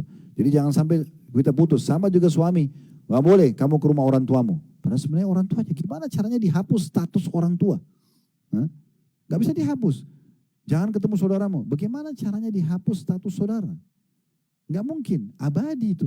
Mau baik atau buruk gitu kan. Boleh membatasi interaksi kalau ada keburukan, tapi tidak boleh memutusnya. Karena memutus silaturahim adalah bagian daripada dosa besar. Selanjutnya penulis mengangkat hadis yang di halaman 32 dari Abu Bakar radhiyallahu anhu bahwa Nabi SAW bersabda, "Ma min dzambin ahra an yu'ajjalallahu li sahibihi al-'uqubata fid dunya ma yuddakharu lahu fil akhirah minal baghi wa qatiyatir rahim." Kata Nabi SAW, perhatikan ini dahsyat sekali hadis ini ya. Tidak ada satu dosa pun yang lebih pantas Allah segerakan siksanya atau azabnya terhadap pelakunya di dunia. Plus lagi, dan di samping azab yang disiapkan untuknya di akhirat. Dunia ada hukuman, di akhirat juga ada hukuman. Tidak ada dosa ya, yang lebih pantas Allah segerakan siksanya di dunia dan juga di akhirat disiapkan lagi siksa yang pedih daripada kezaliman. Mengambil yang bukan haknya atau tidak memberi yang hak orang lain. Itu namanya kezaliman. Dan juga memutus kekerabatan. Dan kalau sengaja putus silaturahim, maka ini siksanya di dunia ada, siksanya di akhirat ada. Sebaliknya orang yang supel, selalu ketemu sama kerabatnya, selalu berbagi, ingat si fulan, semua nama keponakan, nama saudaranya, nama paman, dia hafal semuanya sama dia. Selalu kalau dia beri apa-apa dibagi semua sama mereka. Ini orang kita akan temukan paling bahagia. Semua kerabatnya suka sama dia, dia dapat pahala yang melimpah, ya Allah luaskan rezekinya, Allah berikan keberkahan umurnya sebagaimana sudah kita jelaskan tadi. Jadi hati-hati, orang yang sengaja memutus silaturahim ini paling dekat dengan siksa Allah Subhanahu wa ta'ala. Dan dua-duanya ya, di dunia dapat, di akhirat juga dapat. Kemudian dalil yang terakhir diangkat oleh penulis adalah hadis ya. Riwayat Abdullah bin Mas'ud radhiyallahu anhu bahwasanya beliau pernah duduk setelah subuh dalam satu halaqah majlis seperti ini gitu ya. Lalu dia mengatakan, anshudullaha qati'ar rahimin lamma qama 'anna fa inna nuridu an nad'u rabbana wa inna abwabas samai murtajjatun duna qati'ir rahim. Aku bersumpah, ini kebetulan Abdullah bin Mas'ud waktu itu mau berdoa kepada Allah. Dia bilang begini sama jemaahnya, aku bersumpah pada Allah atas orang yang memutus kekerabatan. Kalau ada di sini yang hadir, yang putus silaturahim, agar dia beranjak dari kami. Jangan kumpul sama kami di sini. Karena kami hendak berdoa kepada Rabb kami, dan bahwa pintu-pintu langit terbuka untuk selain orang yang memutus kerabatan. Jadi kalau kita mau berdoa rame-rame, misalnya kita mau doakan Palestina, kita mau doakan buat diri kita selamat misalnya, maka bisa doa itu ditolak karena ada satu orang di antara kita yang putus silaturahim. Karena bahayanya putus silaturahim itu bisa menjadi penyebab doa kita semua tidak diterima. Makanya Abdullah bin Mas'ud ingatkan, ini kalau dalam majelis ini saya minta atas nama Allah, kalau ada yang pernah putus silaturahim ya sama kerabatnya, maka tolong beranjak keluar dari sini karena kami sekarang mau berdoa. Karena pintu-pintu langit tertutup bagi orang yang memutus silaturahim. Kemudian paragraf yang terakhir, diriwayatkan juga dalam berbagai asar. Asar itu seperti riwayat-riwayat Bapak Ibu sekalian, bahwa rahmat tidak akan turun pada kaum yang di dalamnya terdapat orang yang memutuskan kerabat. Dan bahwa malaikat tidak akan turun pada kaum yang di dalamnya terdapat orang yang memutuskan kerabat. Tingkat silaturahim yang paling rendah ialah menghubungi dengan mengucapkan salam lewat telepon. Assalamualaikum, tulis WA, Assalamualaikum. Ya. Tanya kabarnya saja, apa kabar? Apalagi kalau ada orang yang butuh bantuan, ya, tolong bantu, bantu saja. Syaitan selalu bisikin tuh, karena setiap kita mau bantu orang, udahlah, itu orang mampu, dia jadi minta-minta terus. Bukan urusan kita, urusan kita perintah Allah lagi datang. Kalau orang minta kasih, udah selesai, gitu kan? Kecuali kita tahu dia pakai maksiat, itu baru jangan dikasih. Sekarang bedanya Bapak Ibu sekalian, saya mau tanya, orang-orang yang masih sering ikut negosiasi sama syaitan nih. Kalau ada orang kerabat yang sering minta tiap bulan dan memang dia tidak mampu kita bantu, apa bedanya dia sama orang lain? Ah, nggak usah kasih ini karena sudah saya kasih. Lalu kita mau kasih orang lain, kenapa nggak dia aja? Kan sama aja, poinnya kan kita sedekah. Beda orang itu nggak penting bagi kita. Kecuali kita mau cari pahala karena hubungan kekerabatan, gitu kan? Lalu kenapa kita harus nego sama syaitan, mengatakan orang ini kan sudah saya bantu? Gak ada urusan. Orang yang sama minta lagi, kasih aja lagi. Nabi SAW begitu. Dalam satu majelis beliau, pernah beliau dapat hasil panen kurma keranjang-keranjang yang cukup banyak. Datang sebagian orang yang minta bantuan. Nabi SAW kasih. Dan Nabi kasih ini gak nanggung-nanggung. Satu keranjang kasih, pulang. Satu keranjang kasih. Sekian banyak kilonya gitu. Sampai habis semua. Nabi sendiri belum bawa pulang. Karena banyak orang yang minta. Masih ada orang miskin yang datang minta lagi. Maka Nabi SAW terlihat sedih. Karena beliau tidak punya lagi yang bisa dibantu.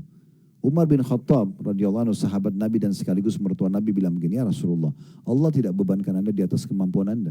Maksudnya tadi saya lihat sendiri Anda sudah bantu semuanya, sudah cukup gitu kan. Sekarang tidak ada lagi, ya sudah, tidak usah Anda sedih. Nabi diam aja. Nabi gak tanggapin. Karena itu hak Umar untuk bicara begitu ya. Dia bukan melarang sedekah, tapi dia tidak ingin Nabinya sedih gitu. Tapi rupanya di sebelah Umar ada Ali bin Abi Thalib, sepupu Nabi. Sekaligus anak mantu Nabi, dan nanti di akhir hidup Umar menjadi mertuanya Umar. Karena Umar menikah dengan Ummu Kalsum, anaknya Ali radhiyallahu anhu ajma'in. Ali mengorek kantongnya mendapatkan ada 3 dirham. Kemudian dia berikan kepada Nabi, mengatakan, ya Rasulullah, ini masih ada sisa harta saya. Kalau Anda mau sedekahkan silakan. Maka Nabi senyum. Nabi gembira sekali. Karena masih dapat sesuatu yang bisa disedekahin. Lalu beliau mengatakan, bihadza umirtu. Beginilah aku diperintahkan. Jadi memang kita harus loyal dan royal di jalan Allah subhanahu wa ta'ala. Baru Allah subhanahu wa ta'ala juga akan royal dan loyal kepada kita. Makanya Nabi SAW pernah ingatkan Bilal, waktu Nabi ke rumah beliau, Bilal hidangkan kurma yang bagus sekali. Kata Nabi SAW, apa ini Bilal? Kata Bilal, ya Rasulullah, saya simpan buat Anda datang. Sebenarnya Bilal tidak tahu kapan Nabi datang. Tapi Bilal khususkan, nanti kalau Nabi datang mau kasih kurma terbaik nih. Maka Nabi SAW mengatakan, wahai Bilal, sedekahkan. Maksudnya jangan tunggu saya datang. Selama kau punya kesempatan, kasih. Dan jangan pernah takut miskin dari pemilik singgasana yang agung. Maksudnya Allah subhanahu wa ta'ala. Begitu juga kata Nabi SAW kepada Asma binti Abi Bakar radhiyallahu anhuma, la tuqi fayukillahu alaiki. Jangan kau perhitungan-perhitungan di jalan Allah, Allah juga akan perhitungan dengan kamu. Keluarkan, kasih. Walaupun berulang pada orang yang sama selama kita punya kemampuan. Karena bagi kita adalah perintah Allah dan tidak penting siapa yang menerimanya kecuali kita ingin ekstra pahala karena punya hubungan kekerabatan. Nah itu maknanya. Jadi tingkatan silaturahim kata beliau yang paling rendah adalah minimal mengucapkan salam. Apalagi kalau pada hal-hal yang lebih besar. Sebagaimana sabda Nabi SAW, Bullu arhamakum walau bisalam. Hubungilah kaum kerabat kalian walaupun hanya dengan mengucapkan salam saja. Ya, dan ucapin salam ini lengkap ya. Assalamualaikum warahmatullahi wabarakatuh. Jangan ASS, WR apa ya. Ya. Ringkas semuanya gitu. Tulis saja Assalamualaikum. Dan sekarang sudah ada stiker-stiker salam ya. Tinggal dimasukkan di favorit kita di galeri, kemudian kita tinggal share ya. Salam. Karena kata Nabi SAW, siapa yang mengucapkan Assalamualaikum dapat 10 pahala. Yang bilang warahmatullah ditambah dapat 10 lagi, jadi 20. Kalau dia tambah wabarakatuh, maka dapat 30 pahala. Assalamualaikum 10, warahmatullah 10, dan wabarakatuh 10. Sekaligus saya tutup dengan ini Bapak Ibu sekalian, usahakan salam ini selalu dihidupkan. Baik tulisan, ya, baik ucapan, semua kita mulai dengan salam. Karena ini keberkahan yang luar biasa. Perhatikan maknanya, Assalamualaikum artinya semoga keselamatan dunia akhirat selalu bersamamu. Warahmatullah, dan semoga rahmat Allah. Rahmat artinya karunia, rezeki selalu ya datang kepadamu. Wabarakatuh, dan semoga berkah, maksudnya tercukupi kebutuhanmu. Bayangkan Bapak Ibu sekalian, kita kalau bicara misalnya pasangan suami istri dalam sehari 2-3 kali, semuanya dengan Assalamualaikum. Kita doakan suami atau doakan istri, semoga kau selamat dunia akhirat, semoga selalu rahmat Allah datang padamu, semoga juga ya kau penuh dengan keberkahan. Lalu dijawab oleh pasangannya, Waalaikumsalam, semoga juga dunia akhirat untukmu, bahagiaan ya. Semoga juga rahmat Allah datang kepadamu dan semoga juga berkah. Ini kan luar biasa.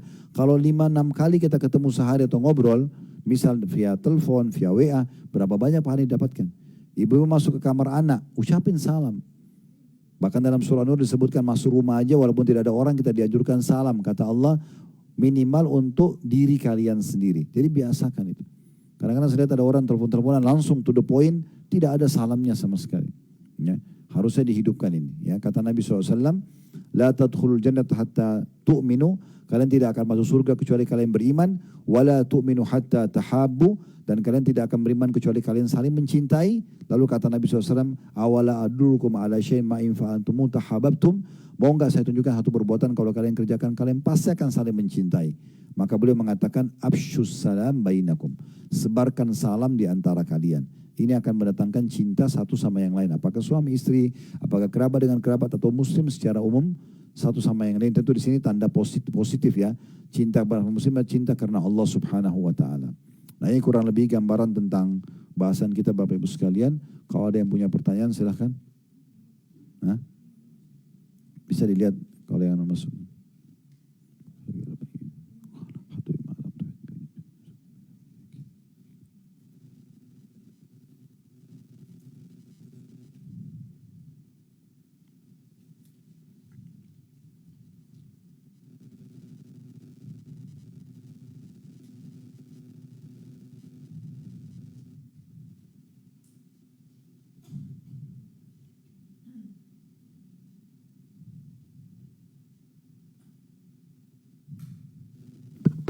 Ustadz, Anda bacakan satu-satu. Ya. Bismillah, Assalamualaikum warahmatullahi wabarakatuh. Bagaimana cara bersilaturahmi ke ibu saya, tapi ada saudara yang selalu tidak suka dengan saya. Saudara tersebut selalu menilai keburukan dan kejelekan saya. Padahal saya selalu kangen beliau, saudara saya yang selalu menghalangi saya untuk bertemu ibu saya. Seperti itu, Ustadz. Tidak ada urusan sama saudara. Datang ketemu ibu kan? Datang ketemu ibu.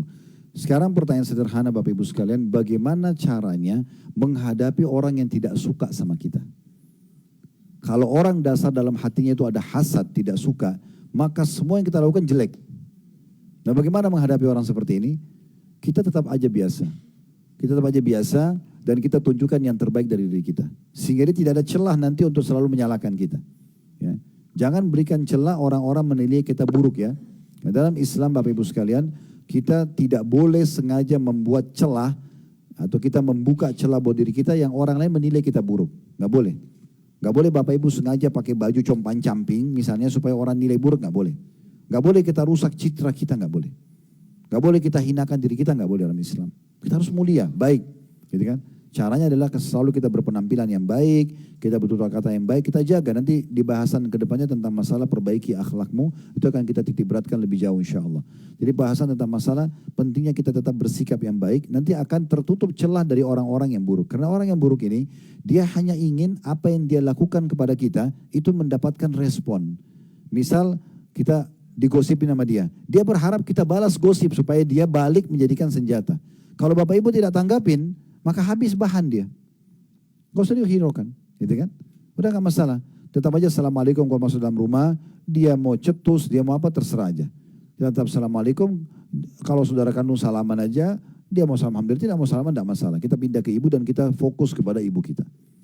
Ya, Allah sementara punya cara nanti untuk membuat insya Allah berubah keadaan dengan sendirinya. Ya, baik, silakan.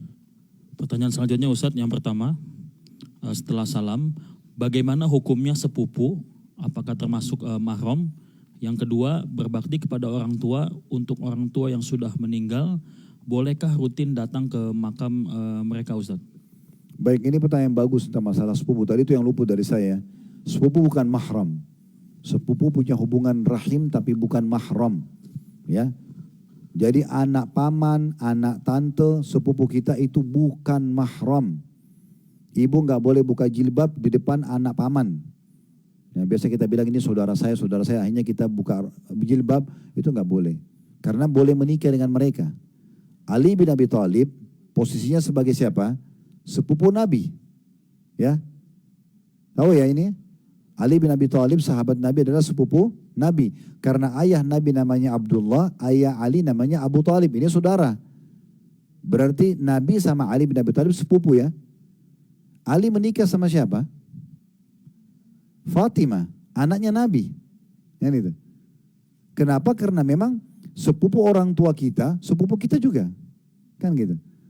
Ini bukan mahram, makanya Nabi SAW menikahkan Fatimah dengan Ali. Biasanya kan di Indonesia orang bilang, anak sepupu, oh ini ponakan saya. Padahal bukan ponakannya itu. Ya, itu bukan mahram. Jadi sepupu ini bukan mahram. Ya, harus hati-hati dengan ini. Kemudian tadi bagaimana, boleh nggak kalau orang tua sudah meninggal dan kita ingin silaturahim dengan orang tua sudah meninggal, kita dengan sering mengunjungi kuburannya atau datang ziarah kuburannya? Jawabannya boleh, tidak masalah. Baik, sekarang lebih luas lagi, bagaimana caranya silaturahim dengan kerabat yang sudah meninggal? Apakah orang tua, apakah suami, apakah istri, apakah anak, apakah paman, bagaimana caranya? Yang pertama, dengan memperbanyak doa buat mereka, karena orang yang mati sangat butuh dengan doa. Terutama doa pengampunan. Ya Allah ampunilah mereka. Tentu kalau orang tua kita, Rabbi ghafirli wali walidayya. Ini yang paling bagus doanya, warhamhuma kama rabbayani shaghira. Atau kita bisa bahasa Indonesia. Ya Allah maafkanlah semua kesalahan ibu dan ayahku. Ya terangilah kuburan mereka dengan amal saleh. Ya. Misalnya kita jadikanlah kuburan taman dari taman surga misalnya. Ya kita berdoa yang baik-baik. Itu boleh kita lakukan. Ya. Atau kerabat kita secara umum. Tidak ada masalah. Itu yang pertama mendoakan. Masuk dalamnya yang kedua adalah memohon ampun, bersedekah. Jadi yang pertama itu doa, memohon ampun dan sebagainya. Yang kedua adalah bersedekah buat mereka. Sedekah ini akan sampai kepada mayit, ya. Dan itu cukup banyak dalilnya tentang masalah sampainya sedekah kepada mayit. Di antaranya sabda Nabi SAW, kalau anak Adam meninggal dunia terputus sumber pendanaan kecuali dari 3. Sedekah jariah yang pertama. Jadi sedekah ini sampai. Dan paling besar sedekah itu kalau kita mau nilai secara kuantitas itu adalah yang jariah. Maksudnya yang terus bisa bermanfaat. Kayak kita wakaf tanah, ya, wakaf bangunan gitu kan, untuk masjid, untuk rumah anak yatim, untuk sekolah pesantren misalnya, itu yang paling bagus. Karena selama dipakai oleh umumnya kaum muslimin maka akan terus jadi pahala. Tapi boleh juga sedekah umum, kita kayak membagi makanan. Ya. Dan saya sarankan dalam bab sedekah ini, Bapak Ibu sekalian, orang tua kita masih hidup atau sudah meninggal, setiap kali Bapak Ibu mau sedekah, ada kotak amal, ada yayasan sosial atau apa saja, maka selalu niatkan ini buat saya dengan kedua orang tua saya. Supaya kita, mereka hidup atau mereka meninggal ya, supaya kita dapat silaturahim dan dapat pahala sedekahnya. Ini buat saya sama kedua orang tua saya. Nah ini sedekah. Yang ketiga, haji dan umroh. Haji dan umroh ini juga bisa sampai ya. Seperti kami di travel di Uhud Tour ini buatkan program badal haji dan badal umroh. Jadi Bapak Ibu bisa setiap bulan ya untuk mengumrohkan ke orang tuanya yang sudah meninggal. Jadi kami akan berikan dana itu kepada teman-teman kita mahasiswa di sana, lalu mereka kerjakan dengan cara mereka buat cuplikan video pada saat dia pertama di mikot berniat, kemudian dia pakai ihram, kemudian dia tawaf, dia sa'i, sampai selesai tahallul, kemudian kita serahkan kepada orang yang menyumbang ini, dan nanti akan dapat sertifikat misalnya. Nah ini bisa, haji pun bisa setiap tahun. Tentu biayanya jauh lebih murah daripada kita pergi sendiri ya, itu contohnya. Ini akan sampai kepada mereka. Ini akan sampai kepada mereka. Kemudian juga akan sampai kepada mereka ilmu yang bermanfaat kepada mayit ini ya. Jadi apapun ilmu yang diajarkan oleh orang tua kita, karena tadi kan fokus orang tua sudah meninggal ya. Walaupun itu resep makanan, misalnya ibu pernah diajarin, ibunya ini jago masak, lalu kemudian punya resepnya, tapi belum ditulis mungkin, cuma dia ajarin, nah ini setengah sendok garam, ini merica, ini dan segala macam. Terus ibu tulis dalam bentuk tulisan, dalam bentuk buku lalu dibagi-bagi. Nah ini jadi ilmu yang bermanfaat. Atau mungkin ada petua-petua yang menarik dari orang tua kita yang bisa kita sebarluaskan. Ya. Maka ini juga akan sampai kepada si mayit tadi. Kemudian untuk orang tua juga ada tambahan yang kelima, adalah menyambung hubungan, ya tadi saya bilang untuk awal pertemuan ya, dengan orang-orang yang terdekat dengan mereka. Kalau ayah, saudaranya ayah, paman dari ayah tadi ya. Kalau ibu, saudarinya ibu. Itu yang nomor satu, setelah orang tua kemudian boleh semuanya yang lain. Tante dari ibu, tante dari ayah, paman dari ibu, ini juga boleh tapi datang setelah level yang tadi yang pertama. Kemudian semua ya siapapun yang punya hubungan dengan ayah dan ibu kita, termasuk sahabat-sahabat mereka. Jadi kalau ibu dan ayah kita punya sahabat-sahabat, selama hidupnya mereka sering jalin ukhuwah, ya, maka kita melanjutkan hubungan itu. Kita melanjutkan hubungan tersebut. Yang keenam, kita melunasi utang-utangnya. Kalau orang tua kita punya utang, bayarin, cari tahu, ya apa saja utang itu. Makanya kalau ada yang meninggal, sebagian langsung ditanya, ada utang nggak? Waktu ayah kami meninggal beberapa bulan yang lalu, atau pas pandemi lah ya, rahimahullah. Maka yang saya kumpulin kerabat, saudara-saudara saya, kebetulan kami bersaudara 9 orang, saya kumpulin. Kita harus sekarang cari ada utang nggak? Alhamdulillah tidak ditemukan utang sama sekali. Nah baru setelah itu kita melihat wasiatnya. Wasiat ini maksudnya harta yang diwasiatkan oleh mayit ya, itu untuk amal jariah. Dan itu maksimal 1/3. Dan Bapak Ibu bisa tulis wasiat, saya kalau meninggal 1/3 harta saya buat sedekah jariah misalnya. Jadi misalnya Bapak Ibu tinggalkan uang pada saat meninggal 900 juta. Nah 300 juta itu tidak boleh dibagi warisan. Itu dijadikan amal jariah buat dia, pemilik harta. Itu boleh, tapi maksimal 1/3. Nah setelah itu baru dibagi warisannya. Setelah itu baru dibagi warisannya. Nah ini pelunasan utang penting sekali. Karena kata Nabi SAW, ruh seorang mumin bergantung antara langit dan bumi selama utangnya masih belum dibayar. Ya, jadi harus hati-hati. Dan dalam utang ini kalau Bapak Ibu membuka pintu Bapak Ibu buka pintu utang ini harus mengamalkan hadis Nabi SAW yang berbunyi, siapa yang utang dan dia niat mau membayarnya, Allah akan mudahkan dia membayarnya. Tapi siapa yang utang dari awal niat tidak mau membayarnya, maka Allah akan persulit dia membayarnya.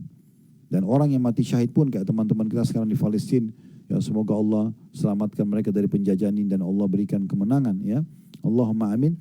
Maka mereka ini mati syahid pun diampuni semua dosanya kecuali utangnya. Ini karena bahayanya utang. Jadi harus hati-hati. Maka ini termasuk insya Allah dalam masalah jariah. Kemudian yang terakhir mungkin ya, yang kita bisa tambahkan adalah menyebut-nyebut kebaikan. Semua kebaikan apapun kita sebut-sebut. Tapi setelah mereka meninggal, dulu ibu saya itu tidak pernah ketinggalan sholat malam. Dulu ayah saya itu selalu ke masjid. Kita sebutin, tapi bukan di masa hidup mereka ya. Karena kalau di masa hidup mereka dikhawatirkan bisa mengganggu keikhlasan mereka. Tapi setelah mereka meninggal, kata Nabi SAW, "Udhkuru mahasina mautakum." Sebutlah kebaikan-kebaikan jenazah kalian. Jadi kalau sudah meninggal kita sebutin kebaikan. Dan jangan lagi sebut keburukannya. Ya. Karena ini berbahaya juga bagi mereka. Nah, seperti itu kurang lebih gambarannya. Iya. Itu sudah terjawab semuanya? Dua-dua tadi? Ada satu atau dua? Sudah Ustaz. Pertanyaan selanjutnya Ustaz, bagaimana status anak adopsi? Di sini anak adopsinya seorang perempuan, Ustadz. Jika kelak dia menikah, apakah ayah angkatnya berhak menjadi wali nikah? Dan juga pada akte kelahiran tertulis nama ayah angkatnya, Ustadz. Tadi sepertinya ada satu lagi belum dijawab di pertanyaan itu. Coba dicek lagi. Yang sepupu, Ustadz, tadi. Yang sepupu dan sama. sudah. Okay. Kalau Bapak Ibu ingin mengambil anak angkat, ini harus jelas siapa ayahnya dan siapa ibunya. Gak boleh kita ambil anak dari pinggir jalan semaunya begitu. Ya, sampai ada orang juga dulu yang kami kenal, semoga Allah berikan hidayah ya bagi istri yang masih hidup, suami sudah meninggal, semoga Allah maafkan. Sebelum meninggal sempat dia ngomong sama saya, dia mengatakan, Ustadz, saya kebetulan mereka orang mampu tapi tidak punya anak. Lalu saking inginnya punya anak sampai dia tanda kutip ya seperti membeli anak. Ibunya anak itu entah dari mana, turun dari taksi bawa bayi itu, diserahkan ke mobil pribadi, transaksi uang, ibunya pergi. Tidak tahu siapa lagi, anak ini langsung ditulis nasabnya kepada pemilik anak. Yang menerima anak tersebut. Ini tidak boleh, menghapus nasab nggak boleh. Ya, harus jelas. Ya, kita boleh ambil anak angkat, anak saudara kita, ya, yang merupakan ponakan, berarti otomatis jadi mahram juga kan gitu. Tapi tetap dia tahu ini ayahnya, ini ibunya. Karena nanti kalau menikah kita ditanya yang jadi mahram, yang jadi walinya harus ayah kandungnya. Kalau ayah kandung tidak ada, baru saudara ayah, paman-paman dari ayah. Pokoknya wali itu harus dari keluarga ayah. Tidak ada dari keluarga ibu. Ya, ini dari keluarga ayah semuanya. Baru bisa jadi walinya. Nah seperti itu kurang lebih gambarannya insya Allah. Ya. Baik Ustadz, 2 pertanyaan terakhir dari media sosial. Dari hamba Allah, Ahwat. Assalamualaikum warahmatullahi wabarakatuh Ustadz. Mau bertanya, apakah silaturahim dengan kerabat dekat, di sini kerabat dari saudara ibu kandung atau bapak kandung yang non muslim, apakah hukumnya Ustadz? Dan apakah kita akan mendapatkan pahala apabila dilakukan, dan apakah kita berdosa jika tidak bersilaturahim dengan mereka Ustadz? Ya, jadi apa hukumnya silaturahim dengan kerabat yang orang non muslim? Jawabannya tetap wajib. Tetap wajib, bukan pilihan ya, wajib. Misal bapak ibu mu'allaf masuk Islam, ibu ayah masih kafir, masih Kristen, masih Yahudi, masih Hindu. Apakah kita putus? Enggak. Enggak boleh putus. Tetap wajib bakti. Begitu Allah sebutkan dalam Al-Quran. Yang penting jangan ikutin perintah mereka untuk kufur kepada Allah. Tapi selama itu tidak, maka bakti. Saya punya teman dulu, beliau orang Chinese masuk Islam, mu'alaf, dan beliau sering, kebetulan pemilik perusahaan besar juga di Jakarta. Terus dia bilang sama saya, Ustadz saya masih sedih karena kedua orang tua saya itu masih Konghucu kalau tidak salah waktu itu. Karena kejadian sudah cukup lama, mungkin 20-25 tahun yang lalu gitu ya. Waktu itu dia bilang sama saya, terus saya mengatakan, baik, dia bilang bagaimana sekarang? Saya harus silaturahim atau tidak? Saya bilang silaturahim. Justru sekarang antum harus memperlihatkan bagaimana Islam menyuruh seorang anak tetap bakti sama orang tuanya. Setelah Islam justru lebih baik pemberiannya, lebih santun tutur katanya, lebih baik sikapnya. Dan mudah-mudahan dengan itu justru menjadi penyebab hidayah kedua orang tua antum. Subhanallah, dia jalankan wasiat saya ini, dan orang tuanya dia sampaikan kepada saya mungkin 2-3 tahun setelah itu. Alhamdulillah Ustaz, kedua orang tua saya sudah meninggal, sebelum meninggal mereka sempat syahadat. Dan apa yang antum mengucapkan justru mereka kagum. Oh, ditanya, kamu ini agama apa nak?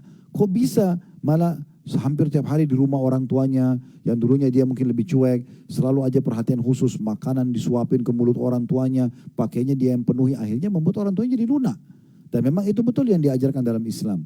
Ya, jadi kesimpulannya tetap wajib untuk melanjutkan silaturahim walaupun orang-orang non muslim. Yang penting jangan melakukan kemaksiatan kepada Allah. Apakah itu kedua orang tua kita, apakah itu saudara kita, apakah kerabat secara umum. Ya. Baik Ustadz, pertanyaan terakhir dari hamba Allah, laki-laki, 25 tahun, Jakarta, karyawan swasta. Assalamualaikum warahmatullahi wabarakatuh Ustadz. Sebentar dulu, saya supaya nggak lupa ya. Itu diantara dalilnya adalah pernah Asma binti Abi Bakar radhiyallahu anha, ini adalah anaknya Abu Bakar. Kebetulan ibunya kafir, tidak mau beriman kepada Allah, dan Abu Bakar ceraikan. Abu Bakar nikah sama wanita lain dan dapat anak dari wanita yang kafir namanya Asma. Asma binti Abi Bakar ini terkenal salihah, dan dia menikah sama Zubair bin Awam. Nah, Asma ini pernah satu kali waktu dia lagi di Madinah, ibunya yang kafir itu datang mau lanjut silaturahim di Madinah. Tapi supaya dia tidak salah, maka dia mengatakan pada Rasulullah, ya Rasulullah, ibu saya datang, apakah boleh saya melanjut silaturahim dengan dia? Kata Nabi SAW, iya, lanjut hubungan serabat. Sambut ibu kamu. Padahal ibunya dalam keadaan kafir dan nolak Islam. Tapi Nabi SAW suruh sambut di rumahnya. Ya, begitu juga dengan Hindun radhiyallahu anha, istri Nabi SAW, pernah kedatangan Abu Sufyan ayahnya dan disambut di rumahnya. Disambut di rumahnya. Ya, silakan.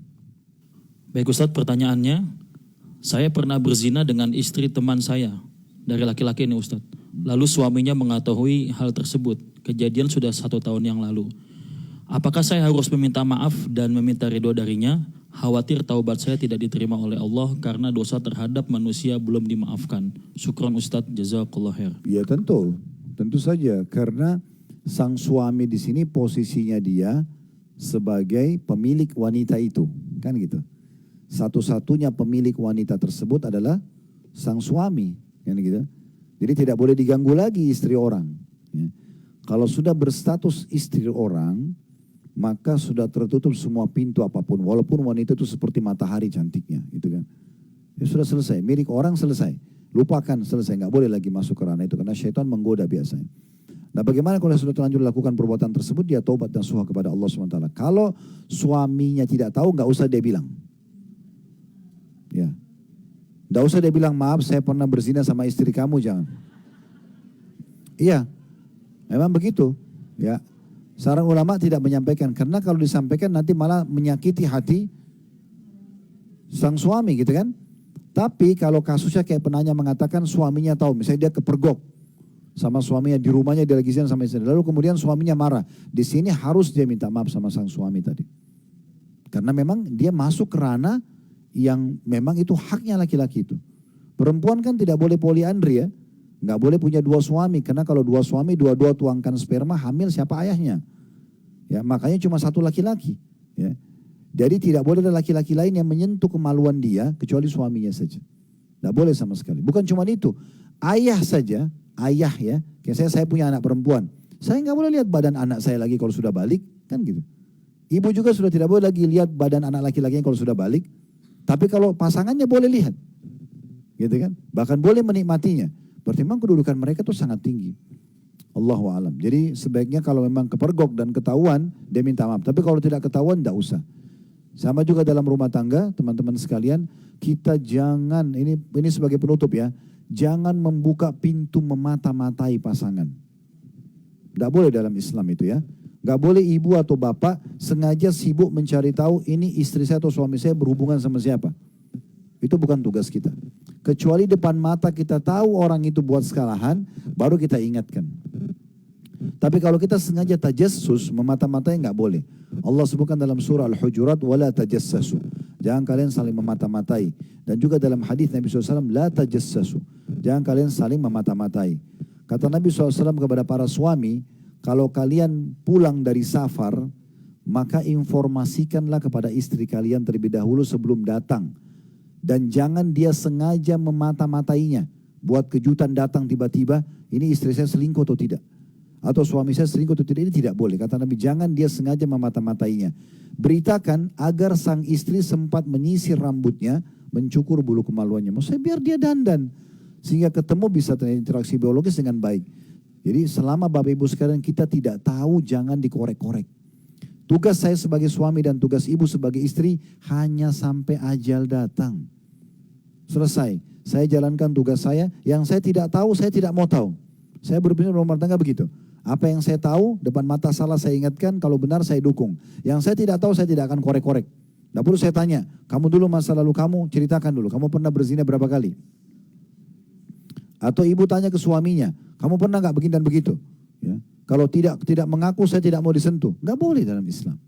Bagaimana kalau dia bilang, oh iya memang saya sudah berzina 100 kali. Kan sakit hati kan? Dia untuk apa ditanya? Orang sudah jadi status istri dan suami, untuk apa? Sekarang yang saya tahu ini suami saya, ini istri saya. Clear. Bagi saya orangnya baik, jangan buka pintu syaitan. Ya. Dan ini sering saya bahasakan di pengajian, jangan ambil tugasnya malaikat. Ya. Ibu-ibu terutama ini. Suami masuk kamar mandi, periksa handphone. Cari tahu dia hubungi siapa. Ya.